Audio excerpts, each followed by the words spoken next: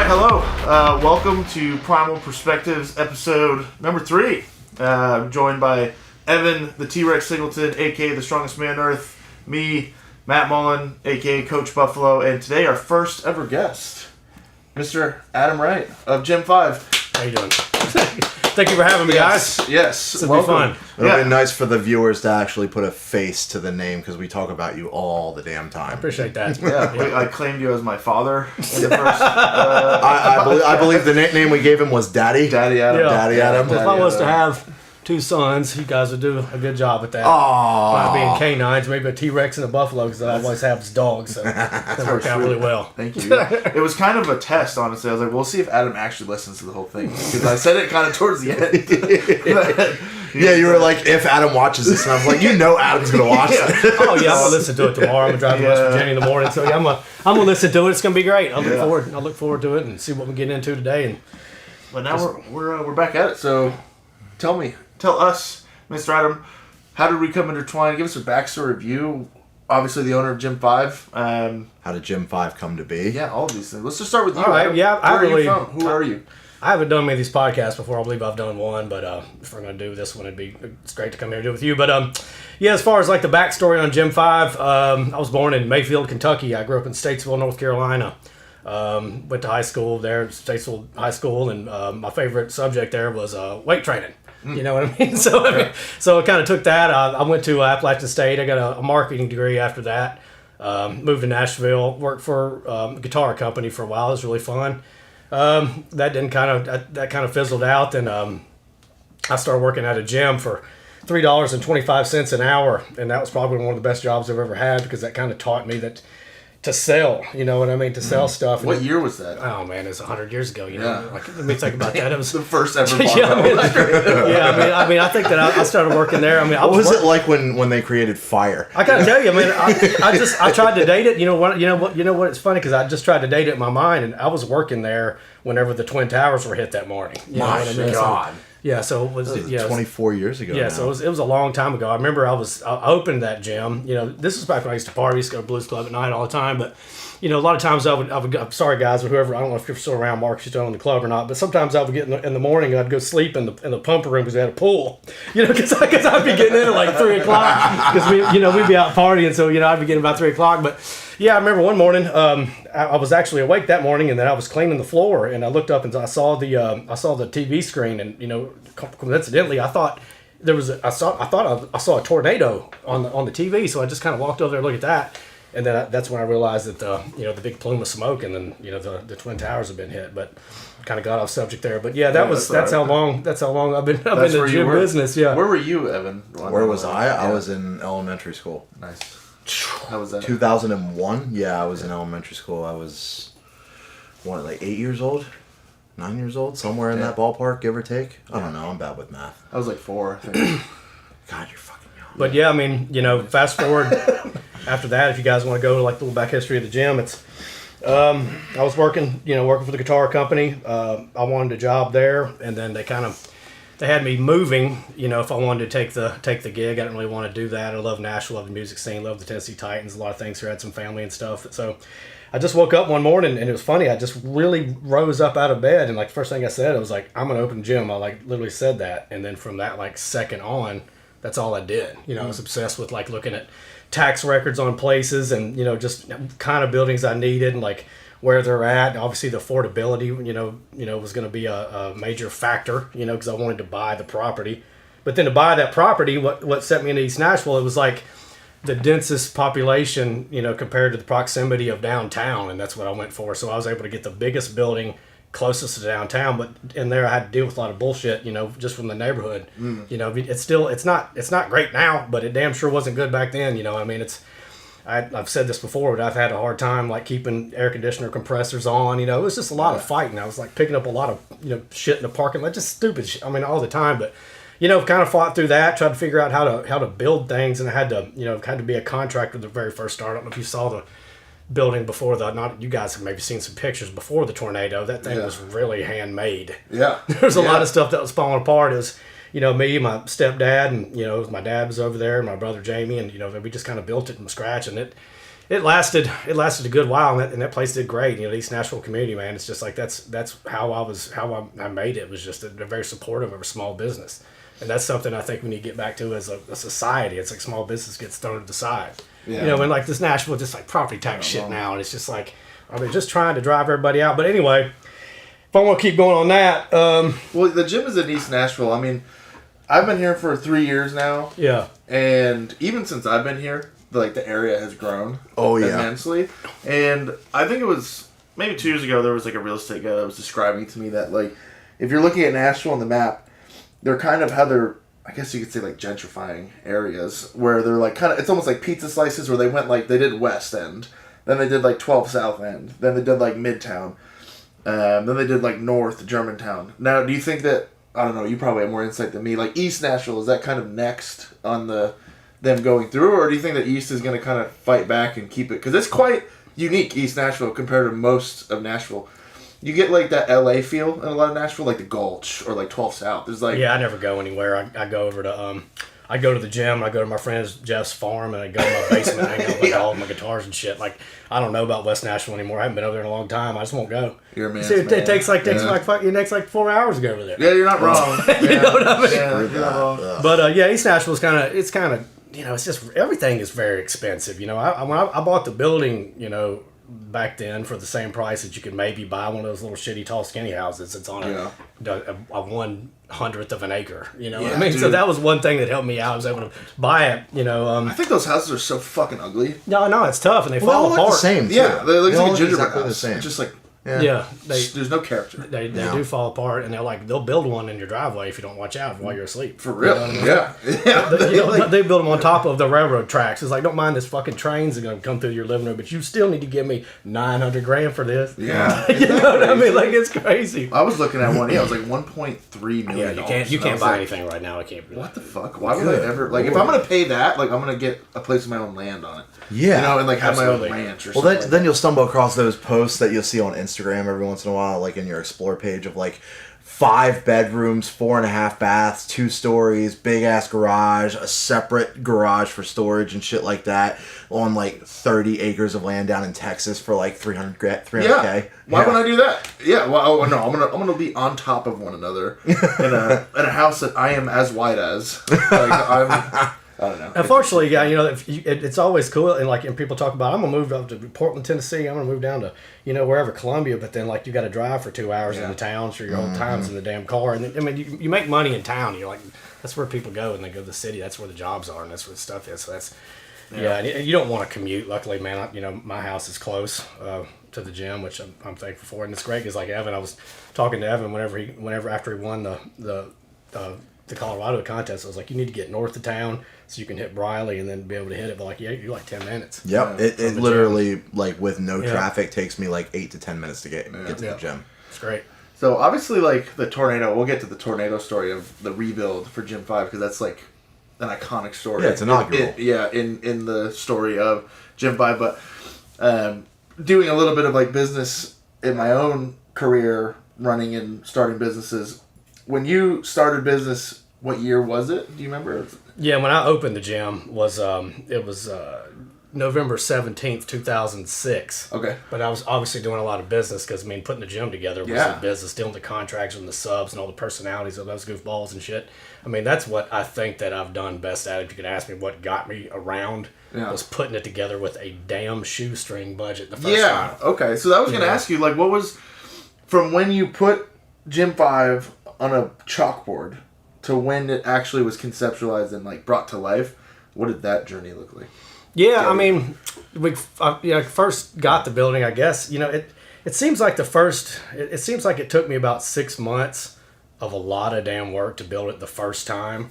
But I didn't have to do too much. If you guys would have seen it, I had to put it in the bathrooms. I had to do one drywall wall. I figured out how to do that. But it was just really cleaning it up, painting. I had to do the floor, and I had to bought a bunch of equipment from a gym that I used to work for.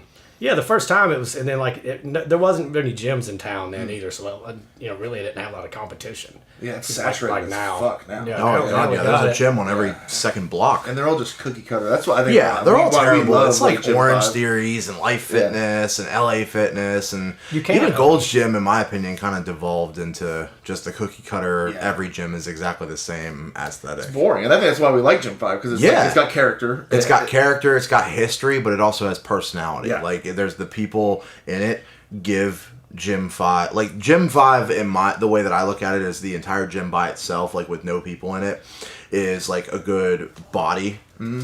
And then the atmosphere that you get from the people that go there, all the different personalities, but everybody is super supportive and really, really nice. They love interacting with each other. That's what gives Gym 5 the soul. So good body and a good soul, it makes the perfect gym. Yeah, man. Couldn't agree more. Yeah, I appreciate that. Yeah, it's just hard to. I mean, like if you're to open a gym now and you gotta pay $50 a square foot, you can't make money on that crap. No. You know what I mean? So that's why they're not a lot around unless you're a big chain that comes in and they have the money. All right, anyways, back at it. Interrupted for a pizza break it's because always good. we're too fat to make it through the entire podcast. You're too fat to make it through 5 minutes. It'll take 5 minutes. Yeah, we Everybody's tripping just about hit eating. like the fucking 10-minute mark, and then that's when that happened. And I was just like, oh my god, am I really this fat? It's when you sweat olive oil, this is And what your blood is pudding. you gotta replenish it. Yeah, you get that. I don't know. Oh yeah, no, I love eating, man. That's one of my things. It's like I eat all the time. When I was a kid, people just amazed how much I would eat. My mom would send me to go spend the night places or whatever, and she used to like sneak like money to like whoever had with us. Like, man, you gonna believe this, but like how much this fool's gonna start eating? But I mean, you have to get him like a before dinner and all that kind of shit. I mean, like So I guess I stayed thin that way. I just stay fat. I just stay fat. I had sushi for the second time the other night. How was that? It was fine. I'm surprised your body didn't reject it. Yeah, I mean, Considering it wasn't deep fried. I was cautious. I got fried shrimp. Oh, okay. Oh, well, no, there you go. Yeah, Not surprised. I made Of course. I made it as Americanized as I could because I'm a goddamn patriot. But go back to it. I had a question from when I got into coaching. There was a specific idea of who I wanted as like a demographic, or who I expected I was going to get as a demographic, and then the reality of coaching is that. For me, it was athletes. It was like, I just want to coach athletes. Right? But, like, athletes are, like, 1 to 5. Small part of it. Right, yeah, it's like 5%. And honestly, like, athletes, if they're coming up, they don't really have any money. So it became very apparent very early that, like, okay, this is not my demographic. So I had to shift more towards, like, general population training because that's just where the industry is. Yep. When you started your weight room, did you have a specific demographic in mind that you were trying to cater to? And then when you opened it, you realized like, oh shit. Oh, that's a good question. This is not what I expected, but I got to adapt it to kind of fit. Yeah, I never thought about the demographic. Okay. I just thought whoever wanted to come in and respect my place and get along with everybody and be cool. They can come in and train my my joint. Like, I don't care. Fair enough. I don't care who it is. You know what I mean? It's just I just wanted to do everything opposite of some of the places that I've seen before that sucked. I mean, like one of the first things I just thought of, and it's insane. It's just like what I'm gonna do when I woke up that morning. I was like, how can I make shit great? And I was like, I can play cool music in there, and if you don't know it's cool music, you just don't know. Yeah. But I mean, like, I just don't understand how these people, like these gyms, these commercial places, or these young men Christian associations, they play the dumbest shit. Yeah. Because you're trying not to make anybody happy, or trying not to make anybody. But then, like, that's what I mean. Like, if you're just playing stuff that like everybody's gonna like, nobody's gonna like shit that used to be on the radio. Yeah, like all it's terrible. Top I'm just gonna do that. I don't want a bunch of bright lights, and I don't want just stuff like that. But I mean, yeah, if you're trying to cater to just athletes, you're not going to fill your place up. If you're trying to cater to just strongman, you're sure as hell. You might, some people they're going to be in there all day, and they're going to be tearing your shit up. Yeah. Sorry. It's good. I love y'all. Like this is the absolute. It's not shot. It's okay. It's an absolute perfect balance. If I could, resilient. If I could just, honestly though, seriously though, if I could pick a fucking dude that I wanted in the world, I was like, if I could think of someone that I would want to come just train at my gym, damn. I mean, I hate to say it, like it would be Evan. Oh man. I'm serious though. I mean, like, the strongest man on earth, and like, when I first went to I remember I went to the world's strongest man, and it was in 23. Yep. And then me and my friend Ramsey were there, and we're like, well, who are we gonna go for? And I was like, we're gonna go for the American guy. And then we just started looking at everybody. we couldn't really find anybody that stood out. And then, kind of saw Evan, and he looked. I was the only American in the finals. Yeah, he looked like a dude like that. Jim Dotson, it was a good friend of mine. It's a guy that one of the very first members of the gym, and he was in WWE. He was a security guy over there, but he's a good friend of me and Ramsey. I was like, let's go for that Evan dude. This guy right there. It looks funny, man. It's cool. And they dropped the yoke on his foot. The frame. Yeah. And I was like, well, Oh, but man, that was fun. At that point, I thought I broke my foot doing that. Yeah, I mean, it's how heavy it was that thing? 800. I think it was 800, Yeah. 700, 800, something like that. Just dropped right on the back of my foot. You got some good feet then. Yeah, I've broken my feet before, and I'm really happy I didn't do that again because the back first of time the I foot broke too? my feet, it was the worst pain I've ever felt in my life. Yeah, and by I mean, far. like to get back that on there was like this is what people need to understand. It's like if you own a business, whatever it may be. Say I owned a blues bar, Yeah. and then freaking Stevie Ray Vaughan or Warren Haynes or somebody came up to me and was like, can I come in there and be your house band? Well, hell yeah. Yeah. So I own a gym. What you're trying to do is get strong in there. Yeah. So it's like whenever texted me that time, I was like, well, hell yeah, you can come over here. I'll get all this crap. It's gonna be fine as long as he's a good dude. And like you were bullshitting, on the texting and things like that. And I kind of figured that out was a good deal. So yeah, I mean that's what I mean. It's like if people can't figure out why I want the strongest man in the world in my gym, you go back to like this exact analogy with like you want Jimi Hendrix at a guitar bar. Yeah. Yeah, true. That's a good segue though. That's a good segue because in the past, 2 weeks ago now? 2 weeks ago? You did your first ever strength show at Yeah. G5, which was fucking awesome. Yeah. As a hardcore dude myself, coming from that realm of things, seeing a weight room, people quite literally getting bicep pumps behind That's a fun. band that was playing Yeah. hardcore music in the gym. Yeah. With some And I liked crazy that it was shit. heavy too. Yeah, it was wasn't heavy, like yeah. a cover band or some shit like that. Like it was like Shout out to they- Daniel. It was heavy. Yeah, as hell hell. yeah. That was- Daniel and his crew went after it. Yeah, that was awesome. Yeah. So what was that like? How did that like come? I mean, Well, that was an idea that Daniel kind of approached me on. He was like, I want to do some kind of, a strength seminar that just kind of the importance of strength and just kind of working out, kind of thing like that. I was like, yeah, and the first thing I thought of was like a split second. I was like, yeah, we can do that, but like we're a gym and everybody kind of expects shit like that. But you can do it and let's put it together. But if we're going to do it, I want to have some bands come in here and play. Yeah. I mean, and if people can understand why you want bands to come in here and play, have you ever heard of the Music City? I mean, this is Nashville. It's like it lends itself perfectly. And the only thing that you do in the gym all day, you listen to heavy ass music. Or you listen to whack music on your little earbuds or whatever, but the lifting is about music.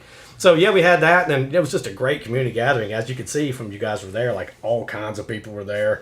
The strength games were super fun. I think that the next one we do, I want Evan in charge of that because he kind of saved the day with that weird the kettlebell kettlebell challenges. challenge thing. When he was whipping that thing back and forth. I mean. Yeah, it was just a killer night. It was just so much fun, and like I think I can't look forward to enough to doing that again. It's. is that gonna be like a once a year thing? You think, or is it I don't know. I think that you have to do it with the doors open, so it needs to be around the gym's anniversary, which is like I said, November 17th. And kind of fell. And next year will be the 20 year. Yeah. Oh, So that's I gotta definitely want to it's do a gotta big do one. something, Do the yeah. big Have one like on the Warped November- Tour come through. Yeah, I mean we'll Yeah. we'll get something big going. I'll on reach for out to that. Slaughter to Prevail. See if Yeah, they'll come out. dude. Oh my god, yeah. Oh yeah, and then you saw, and then like the second, Daniel's band just completely crushed it, and he put that thing together and like wrote all that music. I was and gonna put say, that he thing did that in, together in like, like what? 6 weeks. Yeah, Yeah. he did that in Yeah. a very short. That was amount of they time. practiced one time the night before. Yeah. And then went out. And They then did really they well sounded for their tight. second they time sounded ever. tight.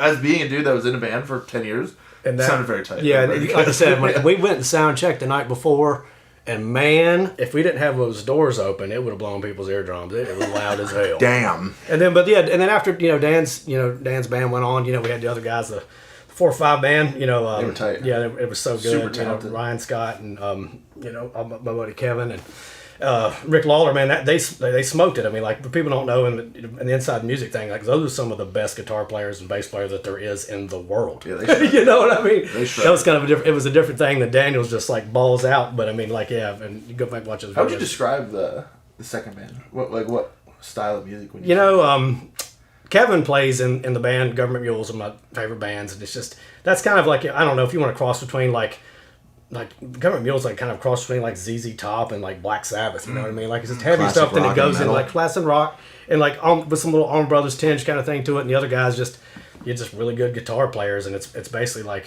I would say I don't know if you want to call that like fusion, blues, just basically shredding. You know, Yeah, and they it were was just but not in the shredding. not the Jackson way or something like that. No. You know, it's just it's just like the good as you can And get. just create their own subcategory of metal. Right. That's what every Yeah. band does It nowadays. was I killing. kind of it, though. categorize them with like. It's hard to say that they're like.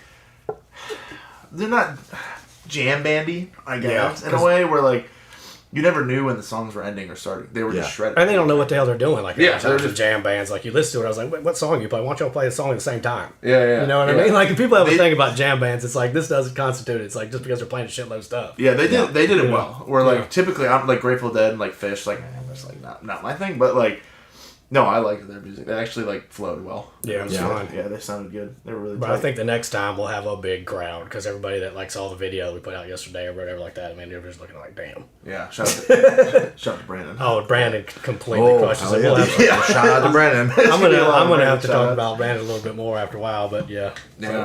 during the episode. But yeah, to have Brandon coming in here and filming this stuff and doing the thing for the Strength Show and doing stuff for you guys after coming off that Nashville Film Festival where he won Best Tennessee Feature. I mean, that thing big shot. Yeah, It's hell just yeah, look at I all would these say damn so. cameras. Like, what the hell are all these things doing? Like, wow, we have 6 cameras in here. Very humble. He knows why. Yeah. Yep, he knows why. The end product speaks for itself. Yeah, exactly. And the product absolutely speaks for itself. People seem to enjoy it. What do you have any aspirations of being in a band for the next Strength Show? I guess I could, but here's the thing about me playing shit. I mean, I used to work at the guitar store in the mall. Can you play guitar? I can play guitar. Okay, Yeah, I have a lot of guitars, but I mean, I was like gonna me say, playing that'd guitar. be like having an entire gym and just not working out. yeah, no, I can play, Some but people it's not that good. Oh, And then, like, if I have a chance to be like, should I get the best players in the fucking world to play, or should I go up there and dick around? Both.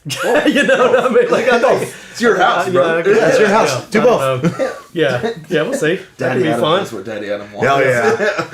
I love it. Amazing. That stuff is funny. I've never been. Yeah, it's funny with the dad thing. I never thought about that. Then yesterday I was at the game, and it was fun. I had like Metallica cut off or something like that at the Titans game. Some guy came walking up the things. He's like, yeah, make Dad's jacked again. You got the Metallica shirt on and stuff. I was like, who you calling Dad? Yeah. And then I look at my face. I'm like, why the fuck you got this like gray possum on your face? I always think I'm like 15 years old. Looking at my face, I was like, no. They heard the podcast. Yeah, they're like, Yeah. we're gonna make you a mortal figure in the public eye. Yes. Of Daddy I Adam. am old. kills me. Damn. You will be recognized as Daddy Adam. Yes.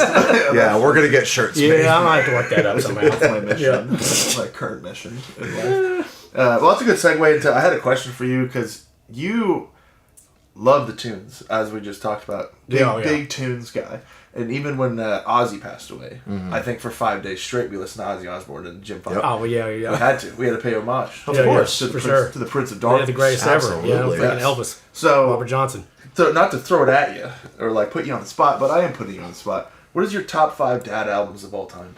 Well, seeing how I'm a dad, so I can pretty much just say anything that I want, and it's just Yeah. like stuff that comes off the top of my head. Like what have I played in my freaking Camaro or whatever as much as possible. Give me Camaro tracks. Dude, what I mean, playing? it's like I think I had like Helmet's Meantime like stuck in my tape deck before, Yeah. and then like really, it's just I hate to break all this shit out from like everything's got to be in the '90s, but really like at the top of my head, or like maybe even older than that, it's just like. Man, a long time ago, my brother gave me the Ozzy Randy Rhoads tribute album. I think that's kind of faking it when something's live. But I have a couple things off the top of my head. I mean, like Appetite for Destruction. Yeah. You know, it was one of the greatest albums of all Great time. record. Greatest albums of all time. Yes. And then just into stuff like lifting music, man. It's like, like Tool Undertow album. Something like that. Government Mule, Life Before Insanity. Just some other things. Screaming Trees, Sweet Oblivion. It's like kind of a off thing, but that's another killer record. Just stuff like that. Fuck yeah. Yeah, man. There's just, I mean, it's obvious with like Led Zeppelin. Everybody knows. So that would you shit. not consider like, because today's in my generation of people, they would consider like Creed and like Seether as like dad rock. Man. Yeah. Would you Divorced consider- dad rock. That's divorced dad rock. That's Maybe it's a divorced dad subgenre. rock. Would you not consider them that? I don't know what this whole thing is about that everybody's jumping on this Creed shit. And then like, and I mean, it's like, man, Scott Stapp. This is the Nashville native. come on. But I think they played Nashville like back-to-back months or something not too long ago. But like, They're from here. I'm pretty it sure. was always one of those things. It was like, man, why don't you just go listen to some Pearl Jam records, man? Go get Pearl Jam Vitology or verses. Listen to that for a minute. Yeah. You know what I mean? You don't have to listen to Creed. I mean, it's got some hooks and things like that. So whatever, people can do what they want. I'm just saying I was never into it because I'm from the 90s. I had to do that. Yeah, were you into like Pantera and like Slayer? I love Pantera. Yeah, man, definitely. Yeah. Oh shit. That shit woke me up when I was a kid. I was like, oh, this is a different element. Yeah, and Pantera, you know, going back on, you know, out like on tour redneck metal. with Zach now, man, it's badass. Really, I'm glad they did it. Some people want to bitch or whatever like that. I was like, yeah, of course, Diamond's not here no more. Yeah. You know, and Vinny's not here, so I mean, like, you want to not watch it, don't go watch it. Yeah, that's true. Yeah. You know what I mean? So were you like a Slayer guy at all? Man, Slayer's, I didn't really have to get into that as much. No. You know, I was still on more of the Metallica. Yeah. You know, I was loving Metallica, you know, and Justice for All. Remember how heavy that was, and just Sick record. one of the greatest albums. I mean, like another greatest album of all time is like you can't say Master of Puppets isn't. Yeah. I mean, like front to back. Yeah. You know I'm not, what I even, mean? Fire. I'm not even the biggest album guy. I'm Yeah. very music is a huge part of my life, and I would be lost without music. But I was always more of a individual song guy, and if it just happened to be I like 5 or 6 or 7 songs off of one album, that would just be a coincidence to me. I never really paid attention to the album itself. I was always an individual song I guy. put you on some albums, dude. Man, what about Evan at Slaughter though? When Oh my god, yeah. you know, Oh god, I was having so much fun. That was well, I'll cue in some clips from the Slaughter to the Veil show, but Ladies and gentlemen, you're listening to Alex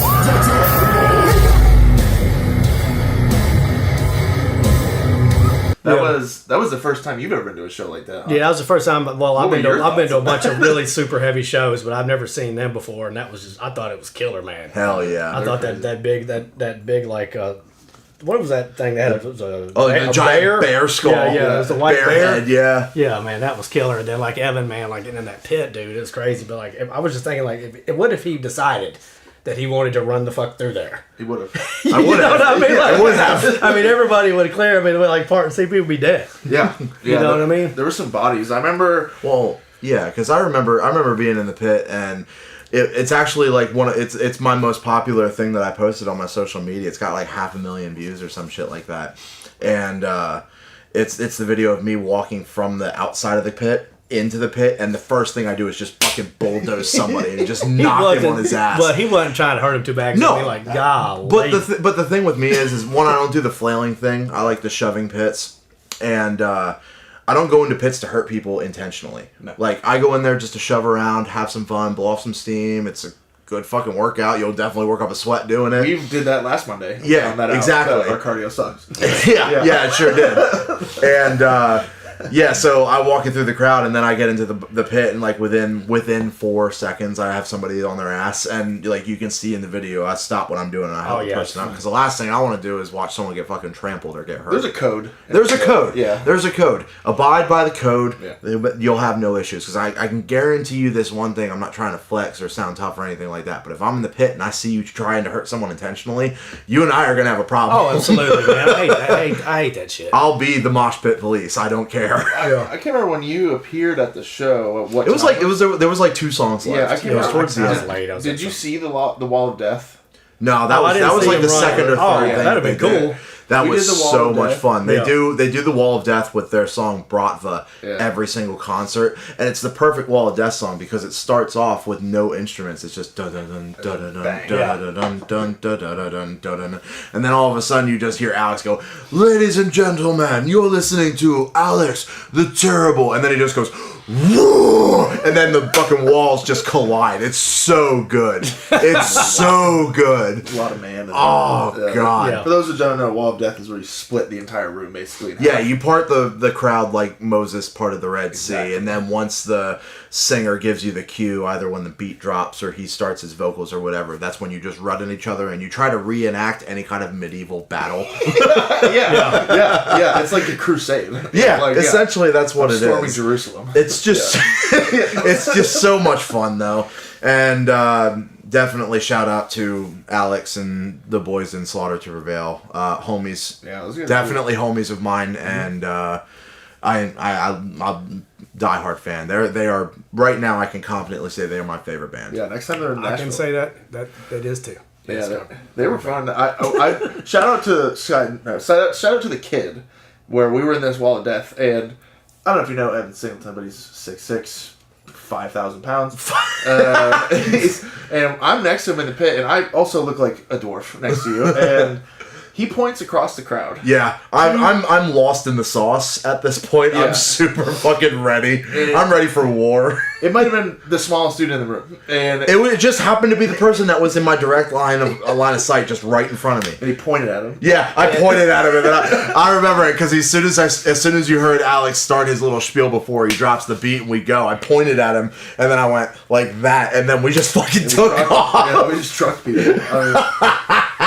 Next wall of death, Adam. I need you in there. Yeah, you need to be on the front lines with us. Yeah, that's kind of leads me into the thing too. I've always thought about, as far as doing the strongman goes, it's like you are stronger than everyone. You prove that you're the strongest person on earth. You've gone these last 2 contests. You beat all the best guys, so you're strong. But you can also move, and the reason that you win these contests a lot at times, I believe, is these yoke events or these farmers carries. The thing you just completely excel at. Yep, I agree. And you're also 6'6", 350.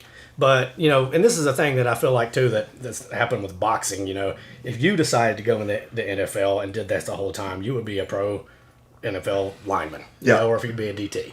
And you could make $100 million. God. And it's, but there's no way in hell that you couldn't do it because you are fat and you had the wrestling background. There's no way you couldn't do it.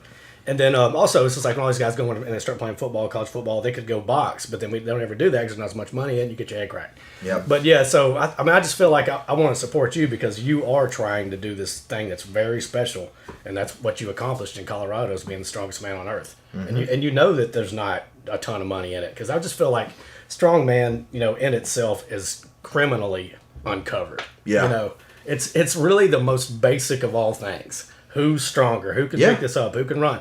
And it's very entertaining. Like if you go to one of these meets, especially like I believe the one that he won, the first trophy that he got with the first contest when he came over to Gym 5, he went over to London, won the Giants live. Yep. But I mean that was electric. Watching that. Oh yeah. I think they set this is Royal out of Harbor, like Clapton's played there and everything, but I think they set the decibel record. They did. Yeah. Like if anybody would go watch it. If you look at it, it's the last 3 or 4 decibel records for the Royal Albert Hall Stadium in London, England.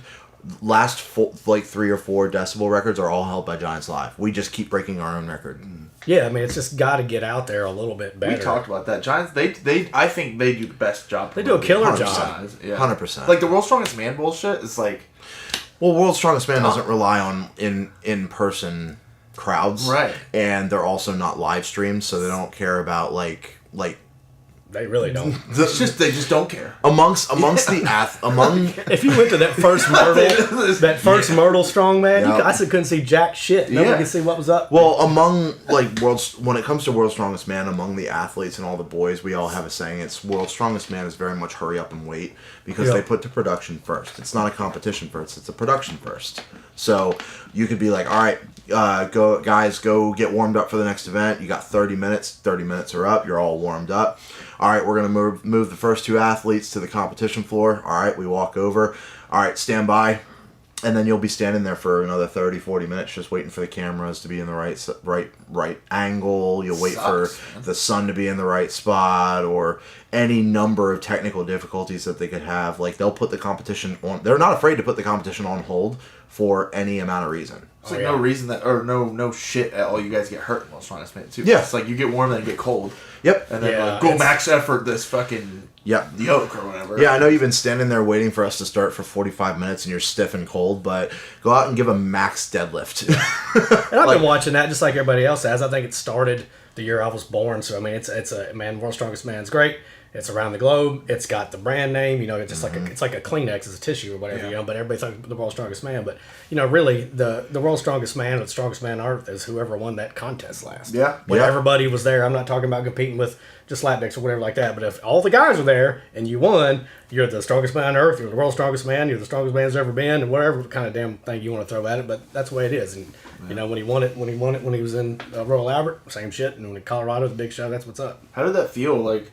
And because I was also in Colorado when Smo was won, and for you, I mean, we had only been at Gym 5 for 8 weeks. Part of that, give or take, a little bit less. It was enough time for a hastily put together prep. Yeah, and it was the goal. I mean, part of the reason why you get in there is you wanted to bring the title back to the United States. Oh, yeah. Like you wanted the American to hold it. That was one of the first things he ever said to me when I asked him straight up. I was like, what makes this important for you? Why are you doing this? Why are you putting so much money, time, effort into me and into this? And he was like, America isn't where it used to be as far as titles and strength, and I want it to come back to the States. I want the title, World's Strongest Man on Earth, everything. I want that to come back to the United States. And that just struck a chord with me because I'm also super patriotic. So Yeah, it's like I said with the boxing thing, it's embarrassing that we don't get a couple of these DNs from one of these NFL guys who's going to beat the shit out of everybody.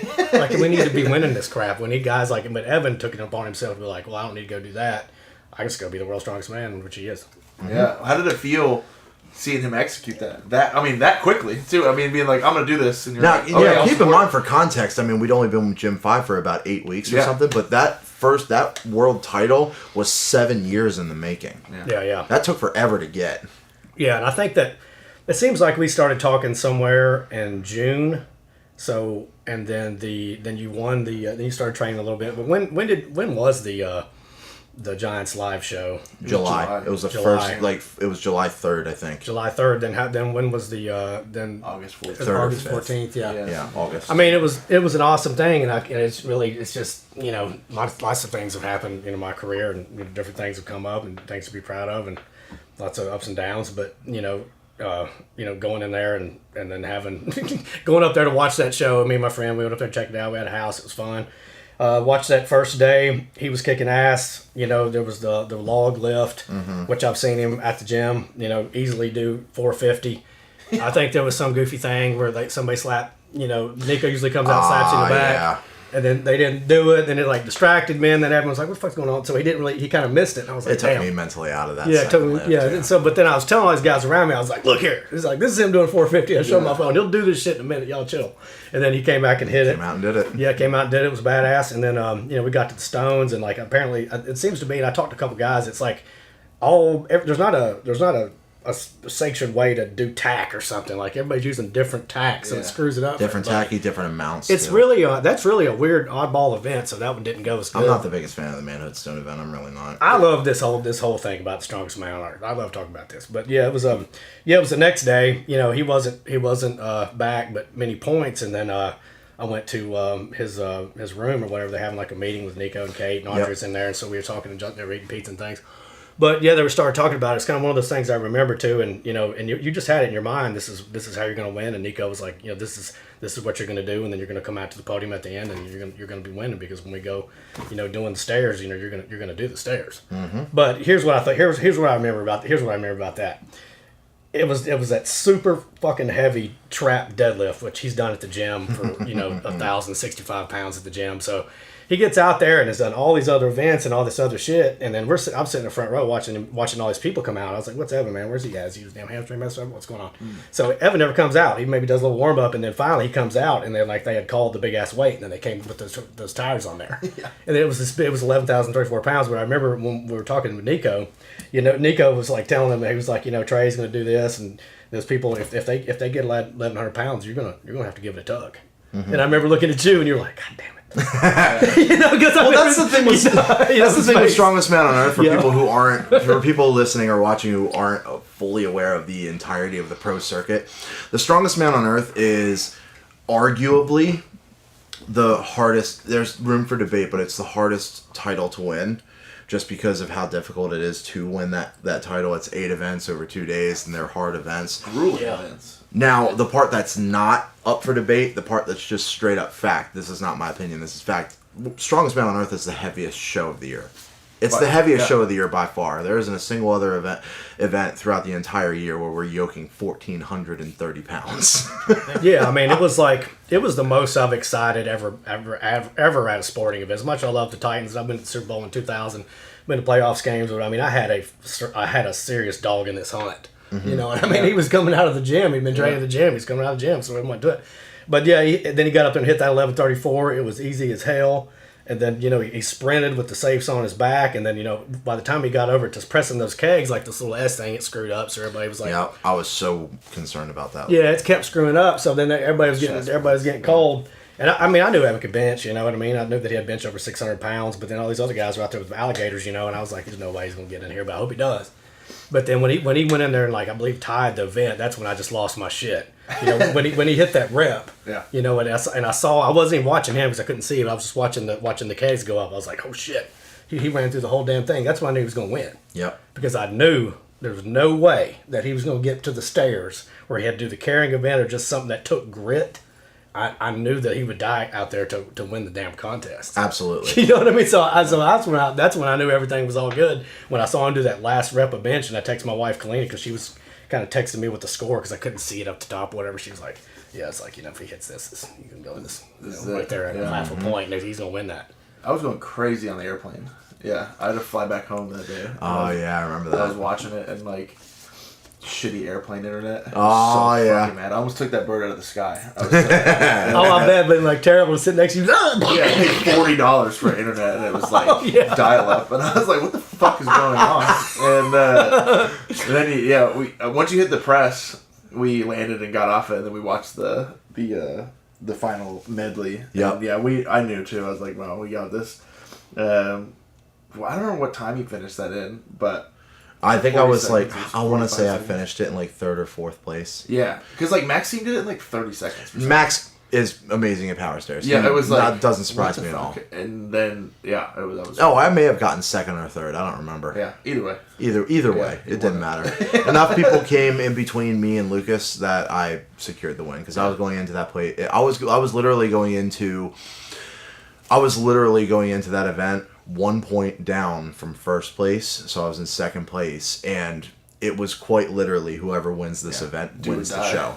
So like when you talk about like willing to die for that title, like there was literally nothing in my mind that going into that last event other than I'm going to do this if it fucking kills me. I was so jacked. If I can't breathe, I'm going to keep going anyway. I don't care. My chest could fucking seize up right now and I could lose the ability to fucking breathe. I'm gonna keep fucking going. Yeah, I knew that's the way it was gonna be. You know? Yeah, as a result, you could see that in the post event interview I did with Brian on the stairs. I'm just not able to talk. I'm just so out of breath. Oh, and then I mean, like, talk about the heaviest or the strongest, heaviest contest, like this trophy behind Evan right here. I mean that. They act like it weighs 47 pounds. Every time I pick it up, it weighs 60. Because I remember after the show, he was like, I was like, give me a carry. He's like, yeah, please. I was like, damn, this motherfucker really screwed up. You know what I mean? But then I was like, yeah, I'll carry it. But then I ended up having to carry it like, I don't know. It was like a quarter mile. Yeah, back to the hotel. Yeah, I remember that. I was like, we went to the fan thing, and then like he had dudes wrapped around to the parking lot. Oh, yeah. The waiting sign. So we stayed I think out that till was like the 1:30 first in the time. morning. That wasn't the first time, but like I pride myself on having I'm one of the athletes that has one of the longest lines. It was by for hell yeah, fans. and I think it would have been The only anyway. person that had more people in line than me was Brian. That's it. Yeah, and maybe. But that's obvious. I mean, kind of know That night, it's the Shaw Classic and it's Brian's show. I would expect him to have the longest. we were the last line. one there, and people were waiting in line forever. Mm-hmm. You know, to come over there and mess with that. And people all the dudes with like other guys' shirts on and stuff. They're like, nah, I just want to go here. Yeah, it was fun, man. And then I'm glad I brought my shirts to sell there that night. Oh yeah, killing it. Because we made a decent amount of money there, and the win helps. The win helps, but the sales pitch for that is really easy. And I think I described this to you already. But the sales pitch when you're at a competition and you win and you're better than everybody there. And you're trying to sell shirts, is you just wait for people to come up in other athlete shirts, like a Tom Stoltman shirt or a Mitch Hooper shirt. And literally, the first thing out of my mouth should just be, "Wow, what an ugly shirt!" Yeah. And then just trash their shirt, and then they're gonna say something along the lines like. They're gonna say something like, well, I don't have an Evan Singleton shirt, or like, I'm waiting for you to drop your shirt, and then that's when you fucking hook them. It's like, check this out. I have something for you then. Yeah. And then I just turn around and I open the suitcase full of shirts. Yeah. the ghetto like suitcase, like drug case. Yup. I'm sure it's like Yeah. I got what you need. Come over here. You want a dime bag with this fucking shirt? It was incredible, man. It was really fun. You know, I mean, it was just like for a while there, it was just like those two contests. It was like, I mean, there was no way you were going to win it. I mean, that would have been a blowout if you'd got the little sticky right, probably. Man. You know what I mean? Like it seemed like everybody hated the log. It seemed like the log I hated that. sucked. Oh god, I hated that log. The whole so stone slippery. situation was like wild. The stone. If I'm being totally honest, the Manhood Stone event at SMO, it's fucky every year. Yeah. It's fucky every single year. There's always something going on with it that screws guys that should do well in it out of points. Yeah. They looked like glass, and then to your point, we were talking about like the tack, where if you're in a situation, and Brian even live commented on it, where like a fan asked him, and he's like, "Oh, every tack is different, and it'll fuck up someone else's run." It's like, okay, well if that's known, why isn't there just a uniform? Exactly. This is the tack that you use for jump. Yeah. Don't. And Why you just say that? Eliminate it. Yeah. And then there was one point where I think big fella Bryce Johnson, yeah, I think he won. bled on one.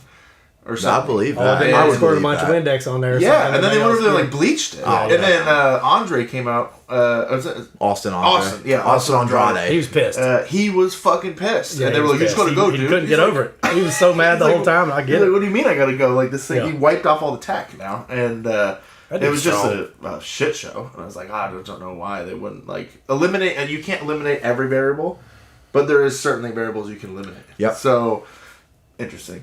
Yeah, I don't know. Who am I to say I'm not a fucking promoter for strongman? Yeah, or but- build yeah. shows, but I maybe would like get a uniform tag. But then I'll take the heat. You The can stone get mad at thing, me, it's like Brian. everybody knows about the stone thing at the Giants too, and he was blowing people out for real. Like he was Yeah. up by like Kate was texting me or something. He's 7 like, man, he's points. like up 7.5 points. We're gonna get. I was like, man, let's see about this. Yeah. And then he knocked his head on the deal by. I don't regret that. It looked really I cool. don't regret that. I don't regret that at all because one, I still won the show, and two, I don't care. I will die on this hill. I don't care what anybody says. I have the most fucking hardcore metal picture in strongman. Picture of me with a grim look on my face, just looking angry and pissed, showing my teeth, just a stream of blood down my face. Dude, pictures are worth Dude, millions. I legitimately, people that I like, I'm super nice pretty with. I'm super cool with everybody on the Giants crew. Like I've been going over there for years. Like I have a personal relationship with these people, right? And after I did that, I found this out later, but I literally had people like convinced that I had put like blood capsules in my headband. I mean, yeah, sorry. Or like the internet started a fucking rumor where I had in my stone sleeves I hid a razor blade and then I bladed myself like a 1960s wrestler. That's a good idea. It's a good. No, but It'd be cool if you long as you didn't get blood on the stone, you could pick it up. You had a little blood and shit to be. Like I know I'm a slave to appearances and everything like that, and I know I like that entertainment shock value, but blading myself, that's a little bit much even for me. I wouldn't do that. And then the blood capsules, I'm surprised that anybody believed the blood capsule rumor, considering that after the stone run, when I was sitting on the steps leading up to the stage, waiting for my name to be announced and see if I'd actually like finished on top and won and everything like that, the on-site medic doctor pulled my headband off and he was like fucking with, like, I don't know if you can see it, like right there, yeah. Yeah, right here. He was like pulling it apart and seeing how tore up it was and shit like that. And like, if I'm faking it, that's not gonna be there. That's true. You could see my skull. Yeah, no, then like that 6 shot, you went all flex and stuff, but then you had that big, almost like the size of a diaper. Yeah, it was taped to your the head. fucking So pad that the you're doctor not doing was that for using. show. That is not the, you know what I mean? It was a hard But that was a hell of a win too. I mean, that was, you know, that was my came- first one back after I tore my proximal bicep tendon. Yeah, that's right. Yeah, I mean, it was Yeah. only like 5 weeks out of that, and I remember watching that at my house. I mean, that was this is coming off some kind of bad stuff that happened in my family, and it's just like one of those things. It's like an ebb and flow in life. It was, you know, after Jamie passed, I was just like, you know, I don't know. And then like one of the first things that comes up is like right after he does, you know, then Evan comes over. Then like Evan gets in a contest and he wins. Just like some of these things just got like slotted in, just like meant to be because just such bad times. And then, but yeah, I just remember standing like when that contest was going on, and me and Cleaner watched it, and my dog Harley. And then like, yeah, it was just like, and like, I was just like, he's gonna win this shit, and I was so jacked. And then like, you know, Clean was like, yeah, it's good, and I was texting everything, and then you know, right after they called him in, and he's still, or like that, you know, and they're like, he was gonna be the win, and then I started jumping up and down and shit. The dog started grabbing pillows and tearing them up and shaking as we were fucking arguing. Man, it was so damn fun. And if people can't understand why I'm not, you know, into the strongest man in the world being at the gym, I mean, that kind of shit. Yeah, that's not selfish shit. I mean, it's a pride thing. It's a pride thing for Nashville. It's a pride thing for the gym. Man, it's just a damn big deal. And I just wanted strongman to look, you know, to do better than it has been in the States, man. Yeah, you know. We hope we represent it well. We hope we put it on. Man, you know, I mean, yeah, hell yeah. I mean, it's just, I mean, we just know the run he's on, and you know, after the Colorado show, he went, you know, back over to, where was it, Scotland?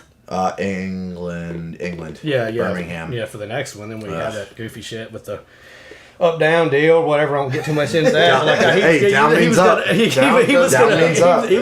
was gonna win that. I'm gonna get shirts made. But see, another thing from perspective, like, and I meant to bring this up too, like, as far as winning the big show, you know, you do have the Giants Live, almost the Giants Live record right behind the Mountain. Yep, because he won the Birmingham show, he went up to 10, so now I have to win 3 more to tie him. But you're still a younger dude, so the perspective, you've been kicking ass and you've been crushing those shows. Mm-hmm. I need to get over there and watch one of those next time. Oh, they're so much fun. Yeah.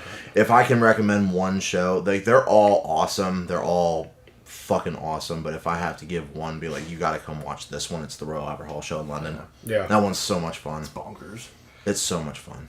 Yeah, it looks like it. It's just great. We had a good run. I mean, July and August was good for us. I mean, you won Royal Albert, and then I won my first event in Arkansas. I won Arkansas Strongest. Hell yeah. And then you won SMO after that, dude. We were on a tear. We were on a mini tear. Yeah, Gym 5 energy. Gym 5 has entered the chat. Yeah, seriously. And if anybody's from the gyms watching this, I'm sure some of you will. I mean, come up and talk to Matt and Evan. Yeah, I know. I promise we're both fat and ugly, and we'll kind of look angry when we're training. But ask them some questions about training. I mean, if you have any questions about training or stuff, I mean, you can't really know much more. You can't know anymore. I like to think that past our physical appearances, we're actually very pleasant guys to talk to. I like to think so. Yeah. Yeah, and it's always fun because like people's like, well, I don't want to get that big. You know, it's that whole stupid thing. Or like, I don't want to train like that. Well, no shit. You're freaking 150 pounds. You're not going to train to be the strongest man in the world, but you don't think the strongest man in the world or his coach know how to train you to do your best. Dude, that's the easiest thing. That shit kills me. I always look. I was having this conversation with Andrea the other day, and I was just like, it almost irks the hell out of me when I hear people say shit like that, because it's like, I don't want to lift like that because I don't want to get too big. Okay, first of all, you're not going to be able to go and just do what I do, like, just randomly. Like, if you just feel like it, you just do what I do. Second of all, saying that you don't want to lift weights because you don't want to get super, super big is like saying that you don't want to drive your car too fast because then you're scared you'll turn into a NASCAR driver. That's not how the shit works. It really it's is. not how it works at all. And it's just, it gets under my skin. I've even heard people say it was like, and I think it was a damn newscaster. I was like, this may be the dumbest damn thing I've ever heard a man say. It wasn't even like, I don't want to get that big. Okay, you don't want to be 350, but it's like, I never wanted to be that strong. It's like, that is bullshit. Yeah. That's because you're weak. Lame. And you don't want to put the effort in. Like, every dude, you have to be a freaking mutant dude to say, I don't want to be strong. Yeah, it's like, what is that crap? I ask people that all the time where I'm like, what's the downside to being stronger? Yep. And they're like, oh. Yeah, I mean, like, it's there you nothing. go. There's no, like, what? Well, I get a little bit judgmental with some of this shit sometimes, and the main reason why I do is because I look at it from a very simple perspective. Being strong is a choice. Yeah. Being weak is also a choice. Yeah. You're choosing to be weak, and being weak is not good. You don't have to be a strong man. You don't even have to fucking compete. But not having that urge or desire to make yourself better physically as well as mentally, which I'm sure a lot of these small, skinny dudes like to rely on as their intelligence and book smarts and all that stupid shit. I only say that because I don't know how to read. Is that bottom line or? No, not yet. But I have my bottom line, but it's completely unrelated. That's the bottom line. Yeah. But don't worry, we'll get to that. But regardless, it's just, I look at it from a very simple perspective of being weak is a choice just like being strong. And that tells me a lot about you if you're not willing to at least try to be strong. Yeah. No doubt. Yeah. But yeah, those wins that you had, like say in Arkansas, tell us. I want to hear more about what was your contest like? What was your last big contest like? I mean, it went pretty well. Yeah. I mean, we got the win, so that was cool. I guess that kind of segues into we can kind of do our stuff. I'm having trouble with my ocular. No way. What, do you have something in your eyes? No, I have nothing. That kind of segues into this. So we always bring something with us, and you brought, obviously, the Strongest Man on Earth trophy with you today, Yeah. and we've kind of been talking about that. So in case you can't see it, It's the giant 47-pound steel and wood Like fucker 67 behind me. yeah, there it is. That's what Adam brought with him today. My piece that I brought with me today is a buffalo cap. It's kind of like a Russian, like Ushanka or something like that. But, super cool. So this was worn by Team Buffalo and my first win in Arkansas down August 9th, this past August. And it was a really good win. So we went down there, 7-8 hour drive down to Arkansas. I really wanted to. I competed in Tennessee Strongest in May, and we came in second. So I had that kind of. I got the itch. I got bit by the bug, you could say. And I wanted to turn it around and compete again. So I immediately signed up for Arkansas Strongest, which gave me like 12 weeks to prep for it. Went down there. It was a really good event. They did a good job putting it on. The winner of it, I didn't know this prior to this, and I've learned now. So this is a USS event, so United States Strongman event. It was not Strongman Core. That will be my second to last United States Strongman event that I'll do. But if you won it, then you got an invite to a national chance to win a national title in United States Strongman. So that was very pleasant to me in the eye. Like, okay, this is what we're shooting for, and this leads into the next one that I can prep for. So we went down there. The prep was overall pretty good. We didn't have any injuries or anything like that. Went down there. I was the only Yankee that was down there. I've never been to Arkansas. This is my first experience in Arkansas. Arkansas, no offense to people in Arkansas, but Arkansas feels like a glitch. Like, it feels like I was seeing things there and I shouldn't have been seeing them. Little Rock has the worst roads in the world. It was very interesting. And obviously I have tattoos. I swear, I cuss. No. You're fat. If I'm fat, I'm a big dude. So I wasn't overall recepted very well in Arkansas, where they saw me and they're like, that is literally Satan walking around. You're not Mormon. Yeah, they're like, what the fuck? This guy did not pray this morning. And so we went to this event, and it was me and Molly. She rode down with me. And, it started out good. We started out with the deadlift. Killed the deadlift. I hit like 24 reps in a minute at like 4:55. All right, CrossFit. Yeah, it was terrible. Almost died. 455 for 24. Yeah, it was stupid. Pretty good. Yeah, it was decent. It felt pretty good. Got that event done. There was one dude that was really my main competitor, and he was a powerlifter. So when it came to the powerlifting events, like the deadlift, he beat me. He got 25. So beat me by one on that, and then we had a bench, which is fucking stupid that in a strongman event that there was a max bench press. I didn't realize we were powerlifting, but he beat me by like 5 pounds on the bench press. But everything else, like the overheads and the carry medleys and the stones, it was just like I ran away with it. Yeah. It was an interesting day. I woke up that morning with like 102 fever. Oh shit! Yeah, horrible. I did not know that. Yeah, I couldn't. So I couldn't worst. eat. It was horrible. I couldn't eat. Oof. We stayed in the best hotel that I could afford at the time, which was the worst hotel. What, like a Red Roof or a Motel 6? It was disgusting, dude. It was the grossest hotel I've ever been in my entire life. The Bates air was Motel? disgusting. Worse. Worse. Yeah. There had been murders and other things done in that room. It was disgusting. And Nice. so I couldn't eat that morning, which was horrible. So I couldn't load properly. I was cold sweating until we got through the second event, which was the overhead. I was running the fever. Just horrible feeling. Couldn't get it. It was pure grit, but we got through it. It was really funny where I was the only competitor ripping smelling salts. And the only You learn from the best. Yeah, the only competitor screaming after each event. And I remember doing the overhead. And we had to do a yoke overhead to end the medley. And I hit like 16 reps. Good Lord. Which was nice. It was a good press.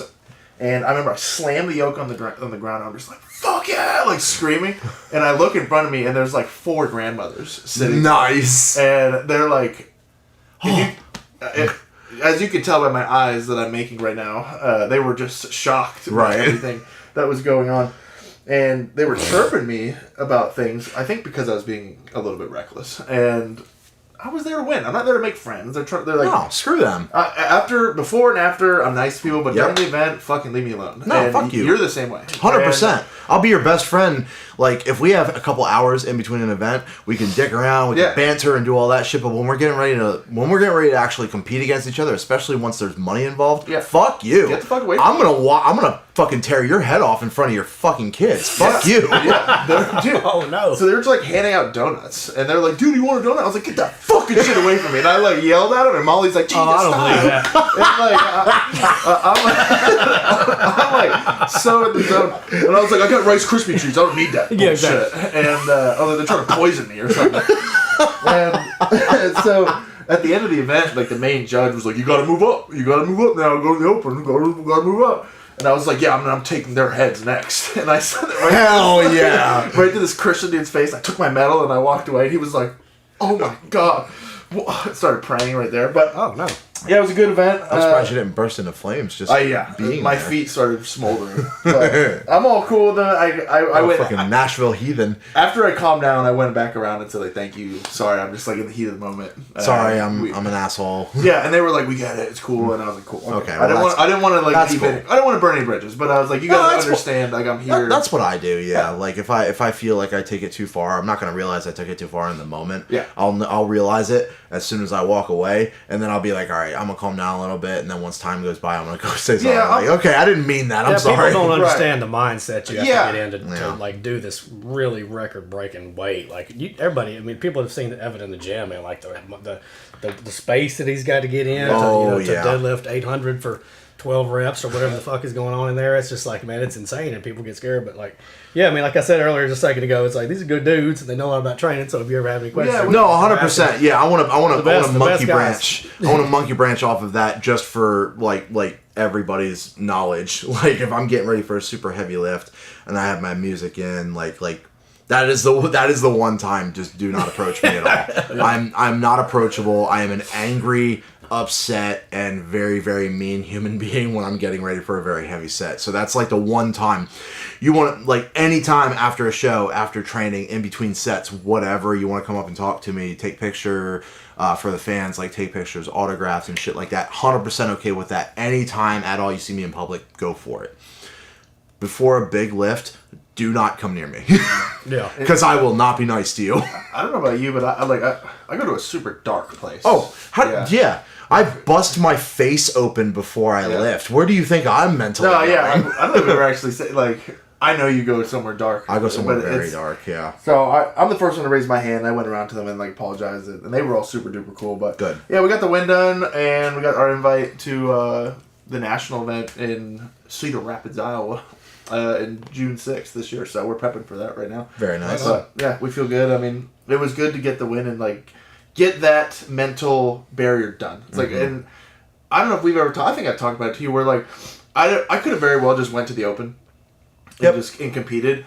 In my brain, I want to check every box and make me undeniable. So it's like I need to win the novice, and then I win the novice. Now I'm undeniable. I'm an open guy. So now I go to the open. Now we're gonna go to the open. And I had to win an open event. Then we move on to the next thing. It's just, that's me, my mental checklist of going through it. Mm-hmm. Of course, we're going to Iowa to win. Yeah, so right. I'd like to go there and win that event and check it. Be like, cool, I got the highest possible thing I can in the United States strongman. Now we go strongman core and start climbing that ladder. But yeah, that's kind of where I was at. Yeah, it was cool. Well, if Evan's always listening to Slaughter, we know his like go-to max out song. What do you listen to? That's a good question. I've been a Kublai Khan guy. Kublai Khan is so good. I mean, if I'm deadlifting for reps, I put on Truest Love and I'll rip that shit for days. Yeah, when I used to fight, my walkout song was Boom Slang. That's awesome. Yeah, so that typically gets me pretty fired up. I want to cut you off just for 1 second. Yeah. Like Slaughter is my go-to with music for everything, but I have a designated song for 1 rep max, and it's not Slaughter. What's that? You were a wrestling fan at some point in your life? WWE? Yeah, a little bit. Yeah. You remember Kane? Yeah, I remember Kane, the Knoxville mayor. Yeah, Mayor of Knoxville. Yep. Strongest dude in the WWE. Or That's whatever. my man. Yep, that's the rumor that circulated. He was the strongest dude in the locker room. But I want my 1 rep max. If I'm going for maximum effort, overhead press, deadlift, whatever it is, it's his theme song. Oh, badass. And there's a story behind that. Okay. So apparently there's a style of psychology, especially with athletes, where it's music association, where you listen to something if you're in a good mood over and over and over again, and then your brain will subconsciously start associating that good song with that good mood, and it'll just put you in a good mood. And there's that psychology behind it. And I started doing this before I even knew or understood that entire concept. But long story short, Kane was my favorite wrestler when I was growing up. And I liked Kane because when I was younger, I was a very angry kid, and I felt like nobody understood me, nobody cared about me, and it made me a very resentful, angry young man. And every time something bad would happen, I caught my girlfriend cheating on me, my pet died, parents got divorced, anything that would happen, I would just play that song on repeat. And like I started associating that song with like that angry emotion and that angry mentality. So now like in the gym, now I only listen to that song when I'm getting ready to lift. Oh yeah. So that the only time that I hear Kane's theme song is when I'm getting ready to lift. So if you hear that, stay away from me. Yeah, it's Stay like one away of those from me. things too. Like you have those super banger songs that you don't want to listen to that much. Yes, in case because you want to need keep it. that magic. Yeah, Yep. you want to keep the magic going Yep. in case you actually need it when you're going to do the lift and like that. That's one of those things about like that band Tool that everybody listens to all the time. When used to you never heard it, but now it's on Spotify. Now it's on all the damn time, so we lost some of the shit. Yep. But yeah, some of these times that I've done 1 rep maxes when I didn't care about hurt my elbows or whatever the hell, like freaking Skinner, like Simple Man. I mean, you can't, Interesting it's super choice. Dude, that dense. song brings me to tears. Yeah, no, it's the best. I mean, like I remember like when I did hit double my body weight, and my friend Kevin Warren that has since passed, but he actually died in a helicopter crash, but he was one of the initial guys that came to the gym. Was one of a good buddy. But I remember he spotted me one time when I did my double my body weight, and it was off the banks of the deep end, and it was a Government Mule song. But part of that song was off the banks of the deep end where I lost my best friend. And but then I always think about that song, but that was one of those times where I did do double my body weight, and I'm like, yeah, so I've always been proud of that. Yeah, so I'm Slow Chemical by Finger 11. Oh, that's... He's got some Leonard Skinner going on. What's yours? Yeah, Boom Slang. I'd say Boom Slang. You'd say Boom Slang? Yeah, Boom Slang. That's the one that just fucking gets you there? Yeah, I mean, when you're associating with being locked in a cage, it kind of gets you like fight or flight. That's fair. Killer, be killed. Yep.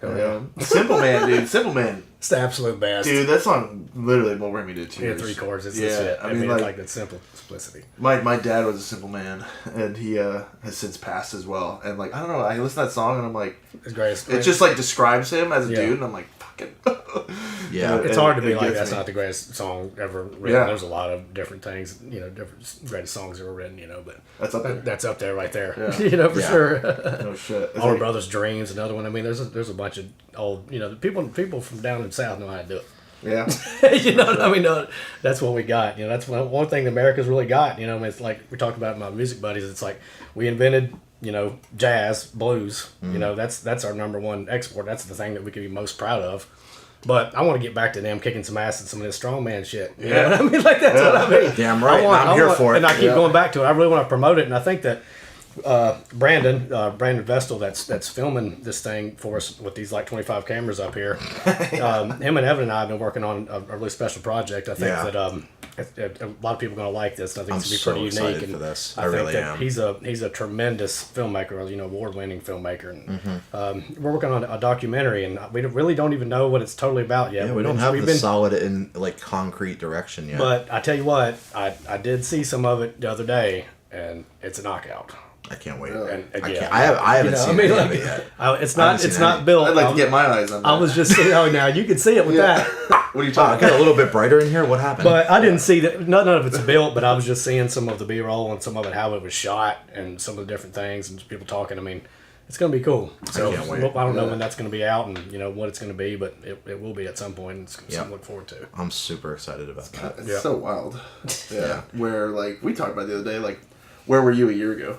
Yeah. Oh You know what I mean? God. And like Ugh, ready to move. yeah, and like now we're talking about like documentaries and shit. Well, I just want to have fun. I mean, like, this is like a thing. If it's like when you guys come in and have the strongman train, I just like to, just do. You guys are dudes. I just like kicking it. Hell I yeah. want to have fun at work. I want to laugh. I like to think we are what you see is what you family. get. You know? Oh God, yeah. I feel like we're very much what you see is what you get, Yeah. and we like.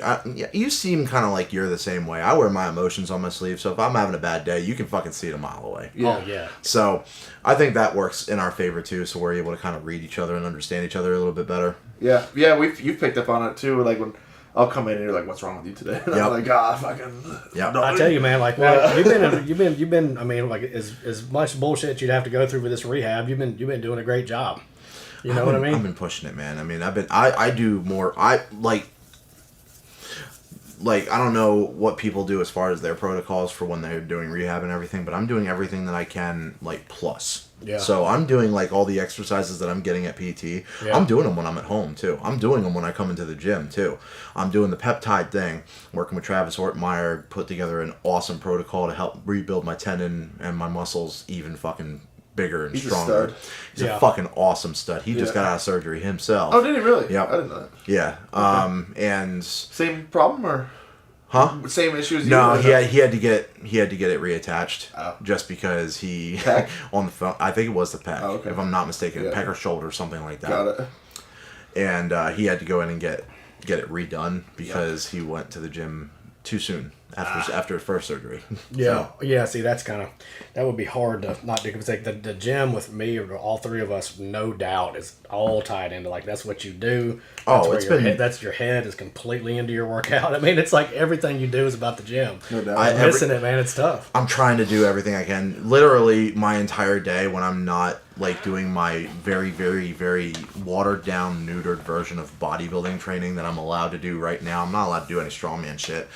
Like, I'm doing everything I can outside of the gym to keep myself busy because if I don't, I'll just think about all the shit I'm not able to do. And then, like, a perfect example is they just released the Arnold Classic Ohio lineup not too long ago, and I wasn't in it for the first time since I started getting invited to it. And that hit me really hard. Yeah. Because then I saw my name and face wasn't on the poster, and then I started going back through like everything, and it's like, okay, well, I'm not in the Arnold, and then well, it's because my arm's not working, and my arm's not working because I fucking tore it, and then I relived the event that it happened, and it brings you down, man. It fucking brings you down, and the best thing that I've done for myself is just to keep busy because then I don't think about that shit. I just always am thinking of a way forward instead of just looking back and getting depressed. You've been doing good at it, and like you never know. Like, I mean, the injury factor in strongman is at 100%. Oh yeah, and everyone gets injured. Everyone gets injured really bad, and you just don't know what it's going to hit. It doesn't no rhyme or reason,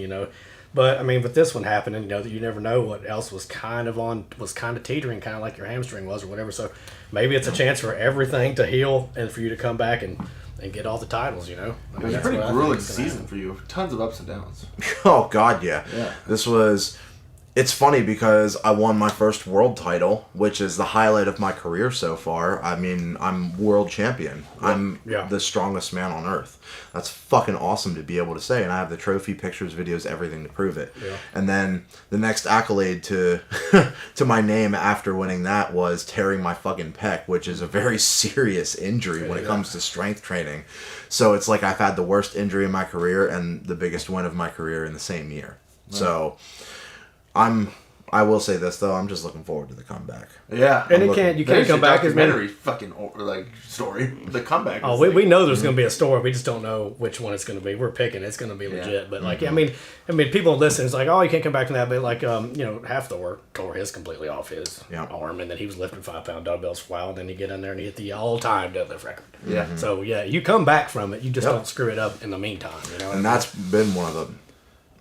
It's been hard, and it hasn't been hard to do that just because I don't have a problem following the protocol. I don't have a problem with, like, pushing myself so hard that I re-hurt myself. I don't have a problem with any of that shit, and I thought a lot of people thought that I would have that problem, but I really don't. Yeah. Whatever's best for my recovery so I can come back healthy and this doesn't happen again, I'll do it. I'm not hung up about that. It's just I miss it. Yeah. I miss competing. I've got that beautiful, like, 1,800 fucking $1 custom made Slater log in the gym. Yeah, it's just collecting dust because I lifted it one time when it first got there, and then I haven't touched it since. And it bothers me not being able to lift heavy weight. I'm glad you guys are still in the gym though. I mean, I've been watching you. I've been watching trainers. I don't know how long I've been lifting.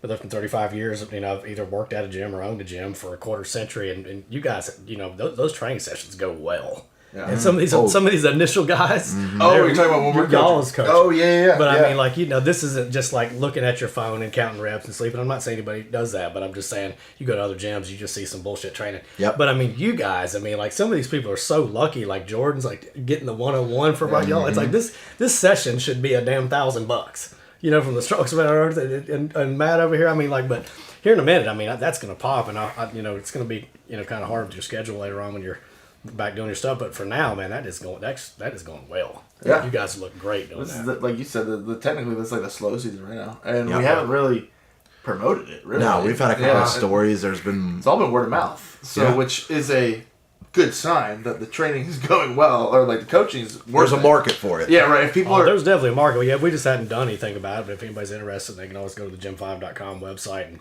message me through there. Then I can kick it out to you guys or however you want to do that. But, sounds good to me.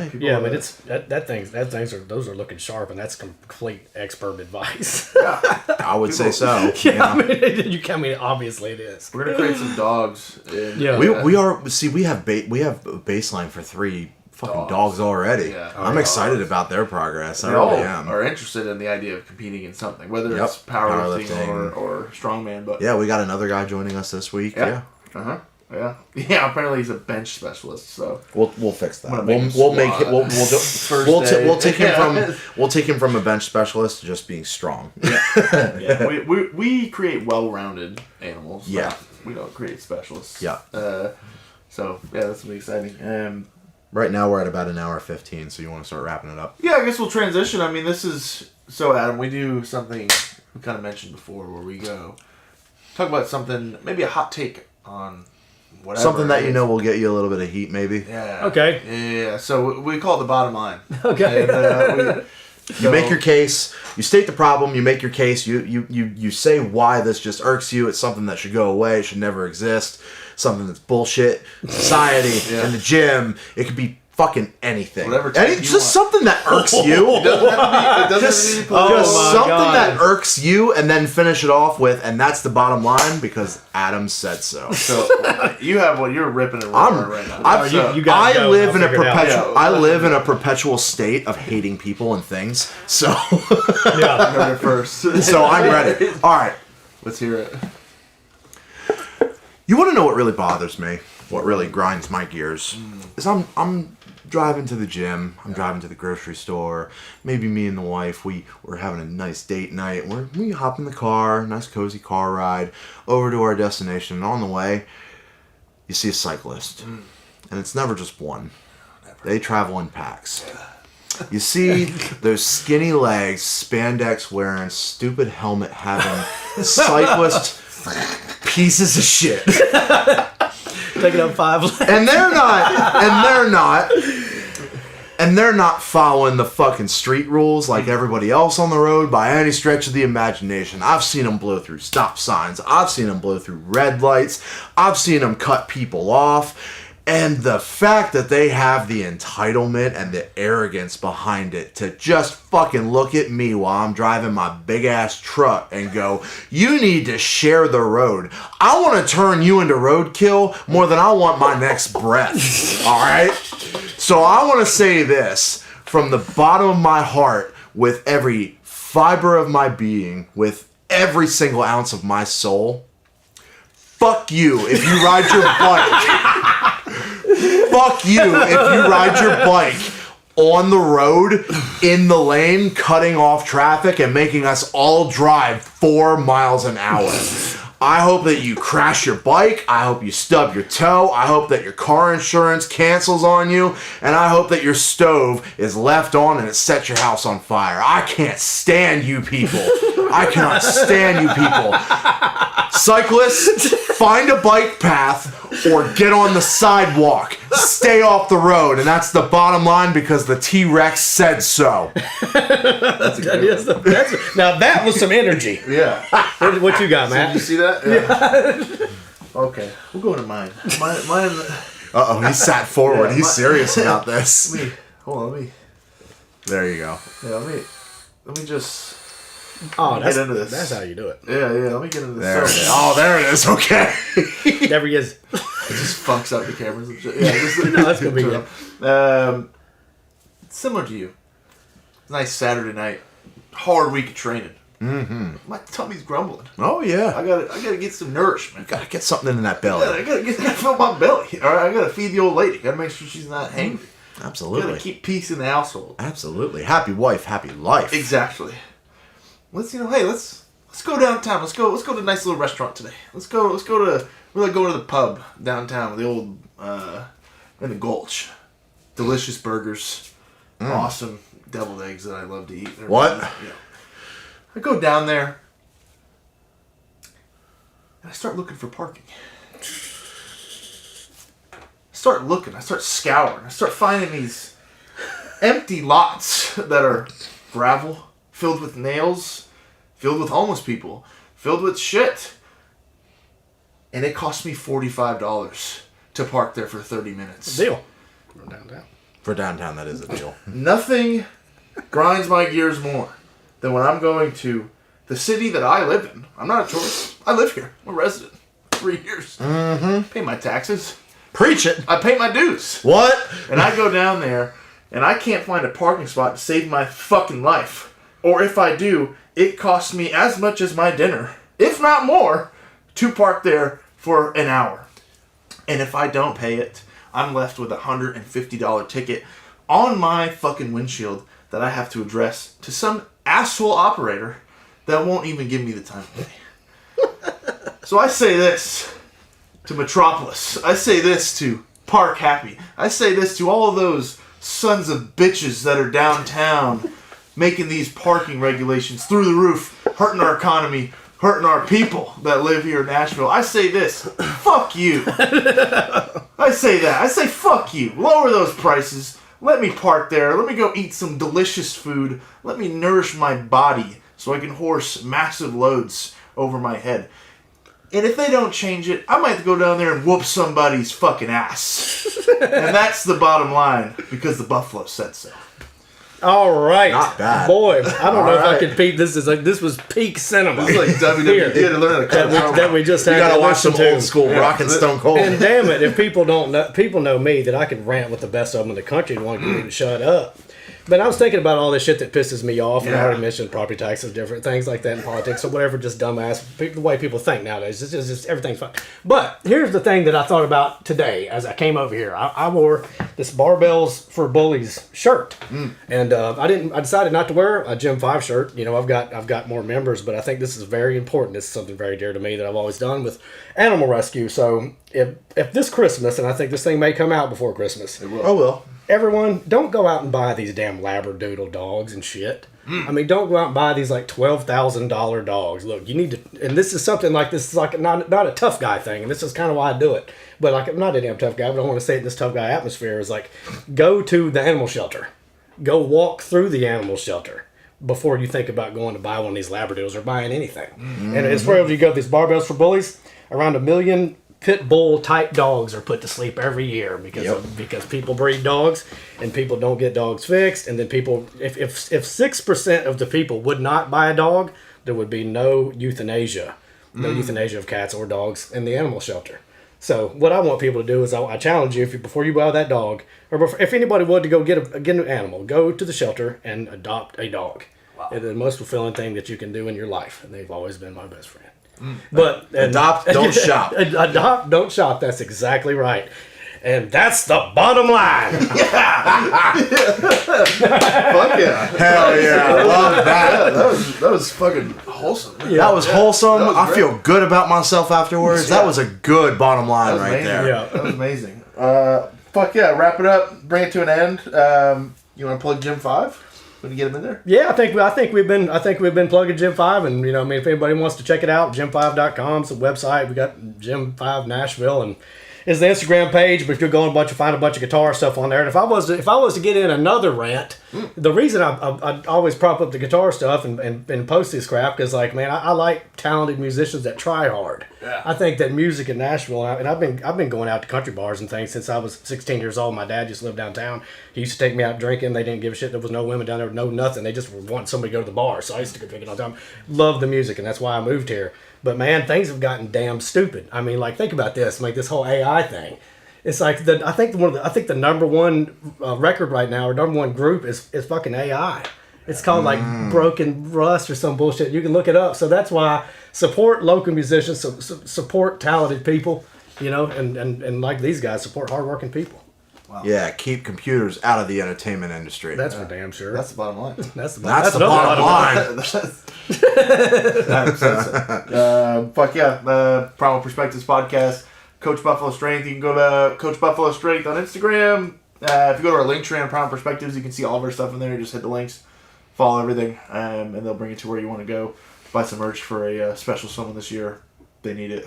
And yeah, it's nice. So, what do you got? And of course, the strongest man on earth 2025, Evan the T-Rex Singleton. I have my own website, trexkingdom.com. It's where you can get all of your amazing Tyrannosaurus Rex Evan Singleton merch, including the upcoming but very sought after and highly desirable strongest man on earth Evan the T-Rex Singleton t-shirt. I'm going to be dropping this along with a couple of other options, including this in both white, off gray, whatever this is, and red. It's going to be a really, really awesome design. I worked really hard on it. I had an amazing designer come up with it. And then obviously all the proceeds again go to me and my recovery and rehab to get back to full strength so I can bring the best package possible to World's Strongest Man 2026. Evan _T-Rex _strongman is my Instagram. There I have my link tree. That is pretty much the link to every single one of my sponsors, including my own personal YouTube channel, Primal Perspectives. And make sure to tune in, subscribe, like, comment if you have not already. And until the next one, stay primal.